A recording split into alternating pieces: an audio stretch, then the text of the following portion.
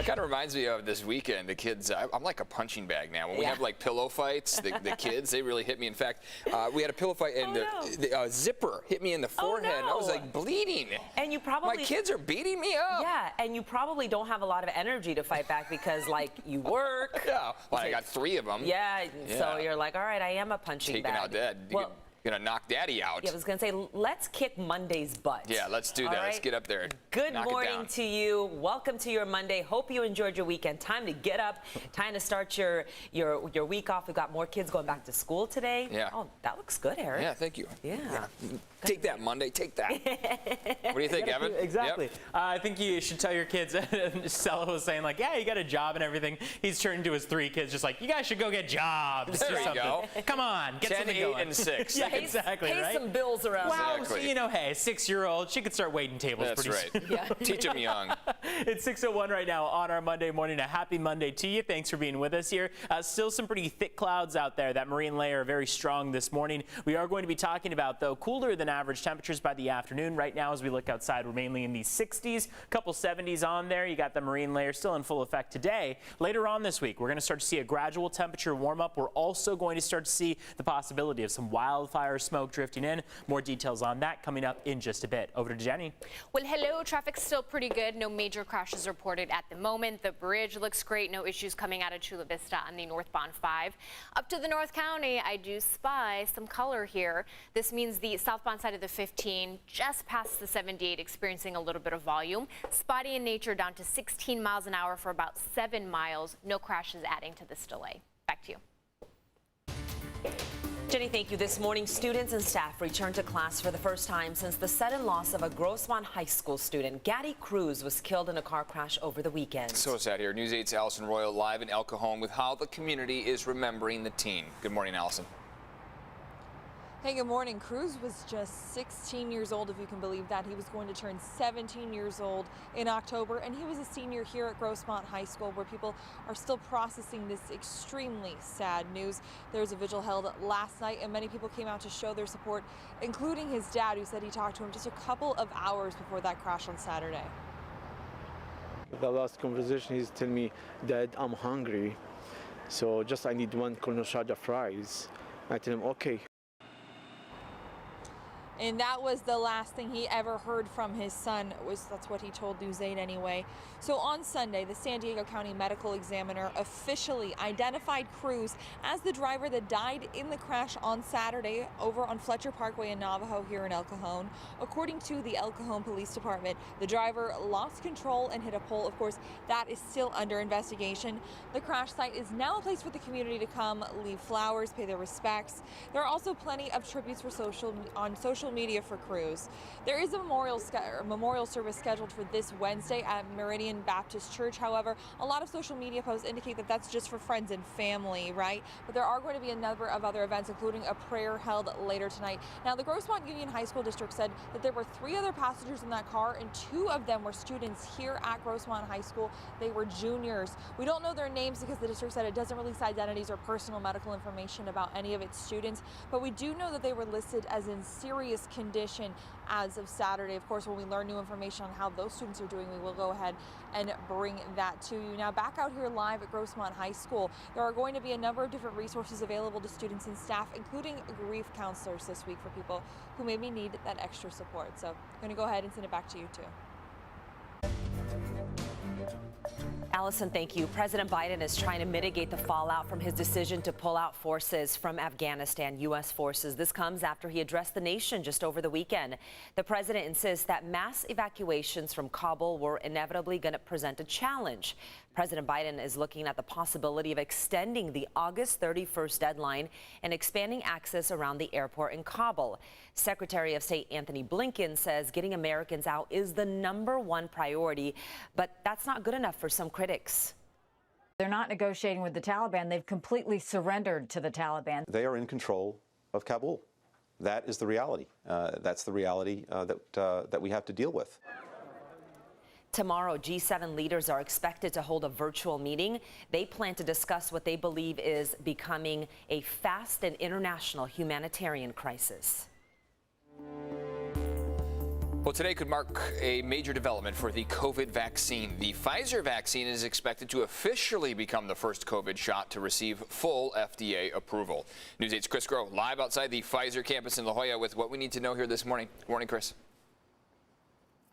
Yeah, good morning, Eric. And this would be a monumental step forward. Look, medical professionals have long said that any three of the vaccines are the best way to protect yourself from hospitalization or even death from COVID-19. So that's why full FDA approval here for the Pfizer vaccine is an important step forward, because there is still vaccine hesitancy and some things that can't be done either from the government or private businesses until they get that full approval. Yes, we can take it. That is emergency use authorization.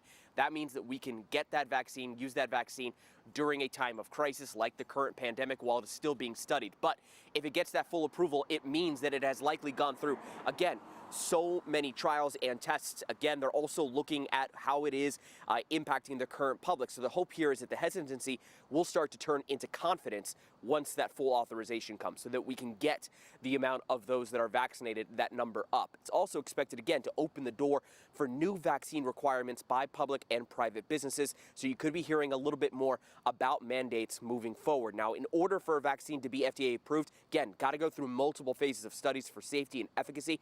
A doctor that we spoke with, who's with the Sharp Medical Group, says the benefits of the vaccine far outweigh any risks.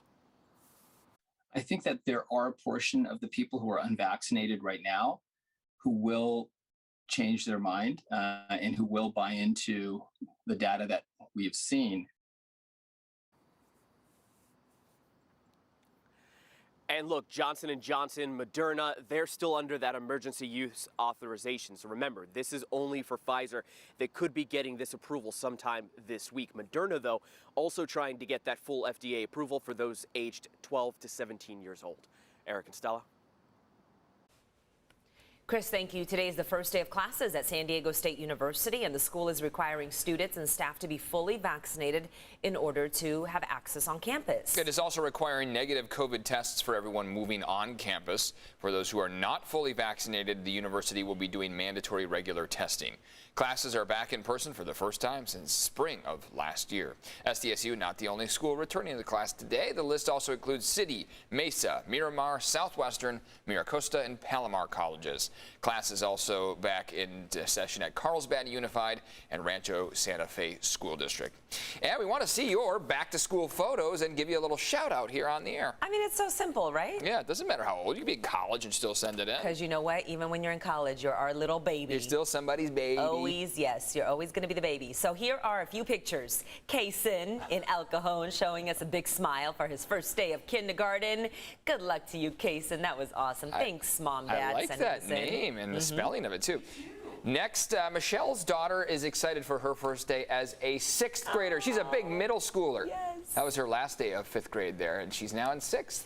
And check out Trinity and Michaela showing off their fresh fits for their first day back to class.